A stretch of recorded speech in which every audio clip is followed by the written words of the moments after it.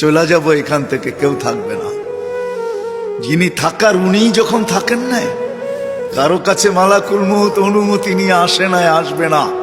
শুধু একজন মুহাম্মদুর রাসূলুল্লাহ সাল্লাল্লাহু আলাইহি ওয়াসাল্লামের কাছে মালাকুল মউত যখন আসছেন, তো আল্লাহ বলছে বন্ধুর কাছে অনুমতি নিয়ে ঢুকবে। অনুমতি দিলে ঢুকবে, নাইলে ফিরে আসবে। বন্ধু আমার, খবর তার অনুমতি ছাড়া যায় গর্জায় ঢুকা যাবে না। আমাদের কারো কাছে অনুমতি নিয়ে আসবে না, ওনার কাছে অনুমতি নিয়ে গেছেন। তারপরও বলছে শোনো, ঢুকার অনুমতি দিলেই কিন্তু হাত রাইখা দিবা না, আবার অনুমতি নিবা, রাখবা কি রাখবা না। বন্ধু যদি হ্যাঁ বলে তো রাইখো, যদি না বলে তো চলে আইসো। না বন্ধু আমার। কার বন্ধু? কার বন্ধু? হাবিবুল্লাহ